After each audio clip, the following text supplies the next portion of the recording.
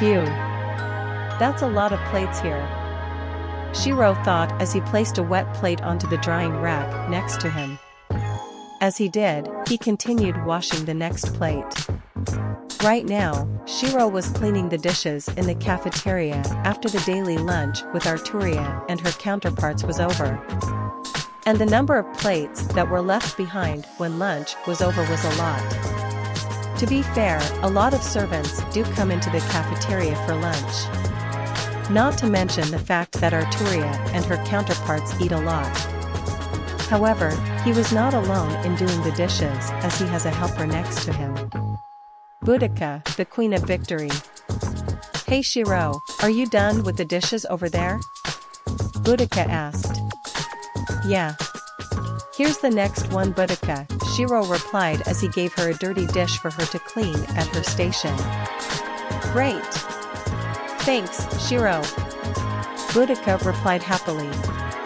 Right now, Boudica is helping Shirou cleaning the dishes in which Shirou is responsible for washing the dishes while Boudica is responsible for drying them. And how does Boudica knew about Shirou? Well, let's just say it started a while ago. A few days after Shirou's victory over Archer Gilgamesh, Shirou was walking in one of Chaldea's hallways, minding his own business. As he did, he came across Boudica, who appears to be looking for him. As she saw him, she immediately came up to him, looking at him.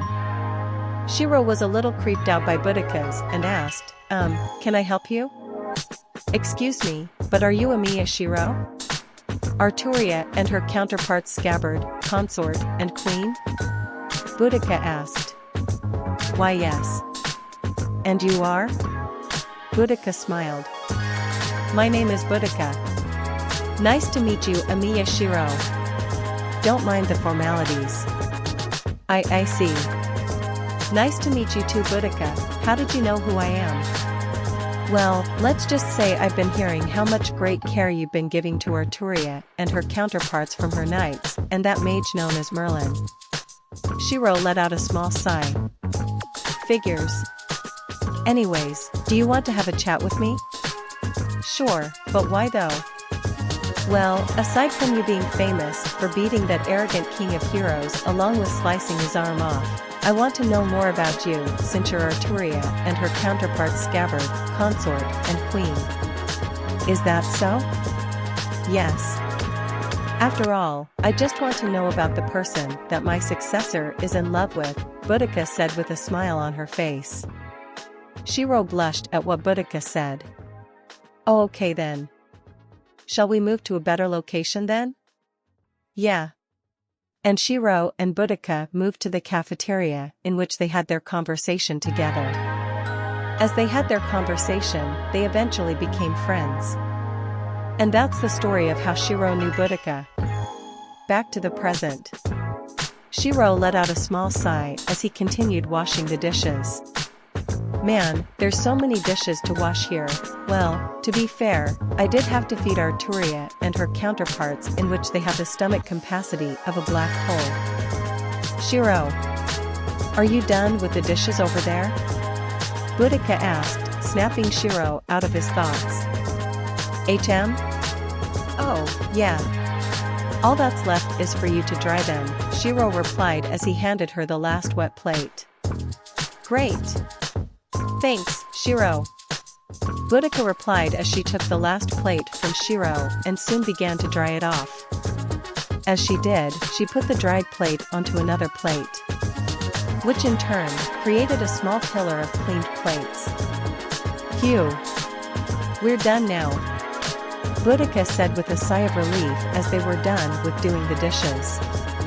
Yeah, honestly, I feel a bit exhausted from washing all of those dishes. Even though I've done this many times. Shirou said with a tiny moan in his voice. Boudica let out a small chuckle. Yeah. I feel that way too when it comes to feeding Arturia and her counterparts as well. Even with the extra help around here, it feels like a battle every day here in the kitchen. Hey, you know what they say, the kitchen is a battlefield. Yeah. That's funny, your counterpart said that the first time I was here. Really? Yeah. He gave me that helpful piece of advice when I started cooking here in the cafeteria. At first, I didn't understand why he said that, until the crowd came in, Boudica said as she started to remember her first day in the cafeteria. Is that so? Yeah. And ever since then, I never let my guard down when I'm in the kitchen. I see. Shirou said as he took off the apron and began to sit down at a table and got some rest. As he sat down on a chair, Boudica then handed him a glass of water. Oh, thanks, he said as he took the glass of water from Boudica. You're welcome, Boudica replied as she sat down next to Shirou. You know, I'm glad that you're here. Shirou was confused with what Boudica just said. What do you mean by that? Well, it's like this. Before you arrived here, I've never seen Arturia or any of her counterparts let out a genuine smile before. Of course, there were times where I did see her smile, but it looked like she was missing something. Is that so? Shirou asked. Yeah. Even with her knights around, she still looked like she was missing something. However, ever since you arrived here, Arturia and her counterparts seem a bit livelier than before. I thank you for that, Shirou. You have my gratitude. And you better keep making her happy, Boudica said with a smile on her face.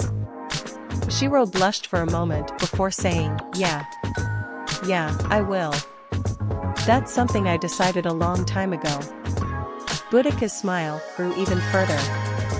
Good, she said as she took a sip of water from her glass.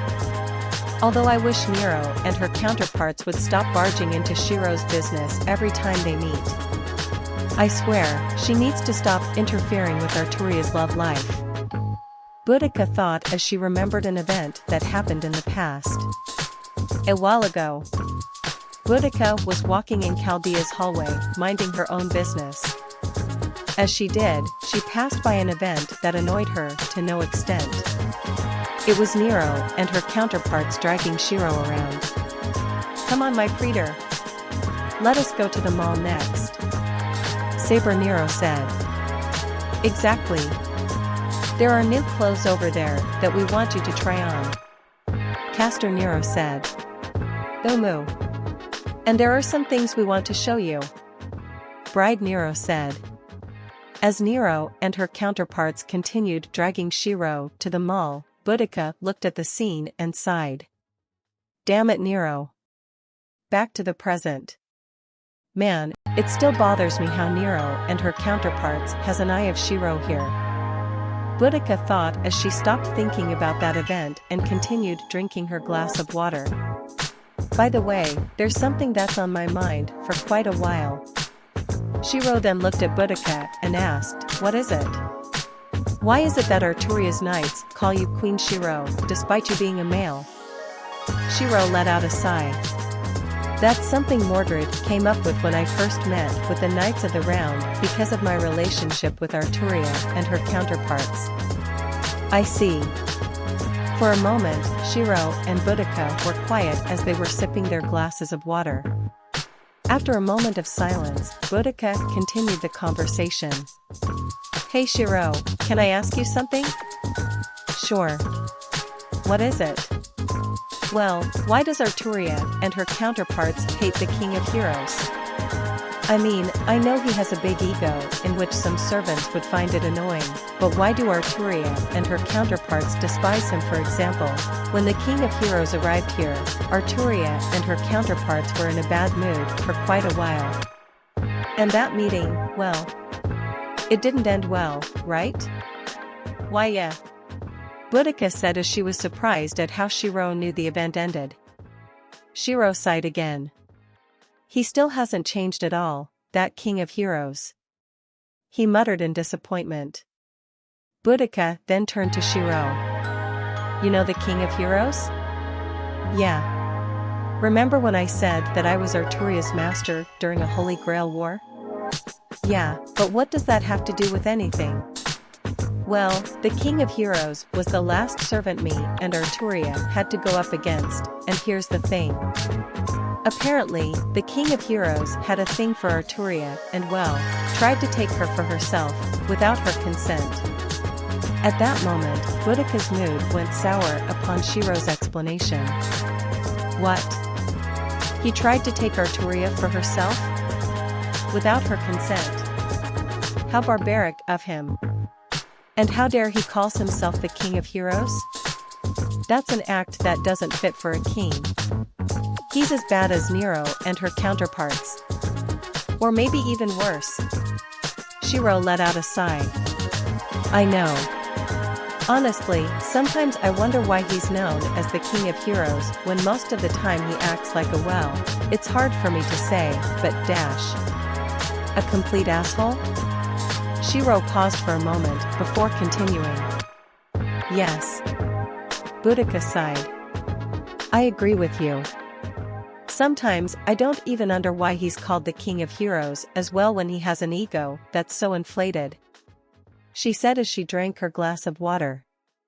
Honestly, I feel glad that you cut his arm off during that day.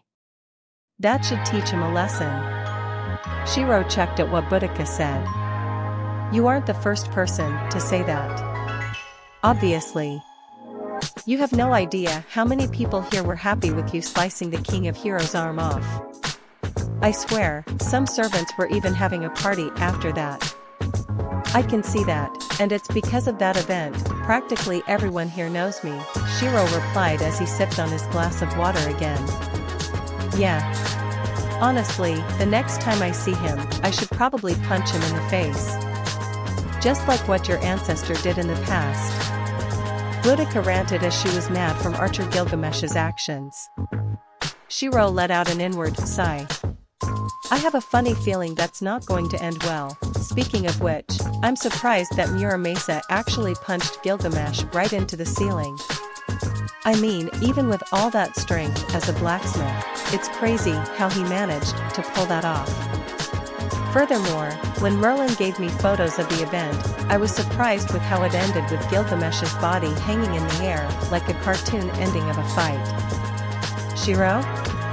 Are you okay? Boudica asked, snapping Shirou out of her thoughts. HM? Oh, yeah. I was just in my thoughts for a moment after what you said about punching the King of Heroes in the face the next time you see him, Shirou replied. I see. For a moment, Shirou and Boudica were silent as they were drinking their glasses of water. Eventually, Shirou was done with his glass of water and got out of his seat to refill his glass. As he was refilling his glass of water, he then said something to Boudica. Hey Boudica, I have something to say to you. Boudica turned to Shirou and asked, what is it? Shirou let out a small breath before continuing. Thank you for taking of Arturia and her counterparts before I arrived here. Boudica smiled at Shirou's words. No problem. After all, I want to see Arturia and her counterparts happy. Shirou let out a small smirk.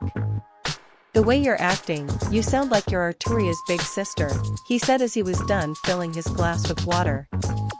Boudica let out a chuckle. To be fair, I want to look out for Arturia and her counterparts, and I want to be like a relative's elder sister to her. I regard her as a queen who protected Britannia, something that I wasn't able to do in my entire life. Of course, that extends to her counterparts, the Knights of the Round, and any British-based servant. Is that so? Yeah. In fact, now that I think about it, you're practically a British servant as well. Shirou nearly spat out of his glass of water. What? I'm a British servant? Yeah. But why though? I'm Japanese. Well yeah, but you're also Queen Shirou to Arturia, her counterparts, the Knights of the Round, and that mage of theirs. As such, you are part of British royalty, therefore making you British. Doesn't it work that way? Shirou nervously checked at what Boudica said. Boudica, it doesn't work that way, well, in this era, that is. Really? Yeah. Huh. Still though, you're a British servant in my eyes, considering your relationship with Arturia and her counterparts. Well, if you say so. By the way, can I ask you something? Sure. What is it? Well, do you mind making your famous galette again tonight? I do like the taste of it. Boudica smiled. Sure. I don't mind. And the two continued their conversation.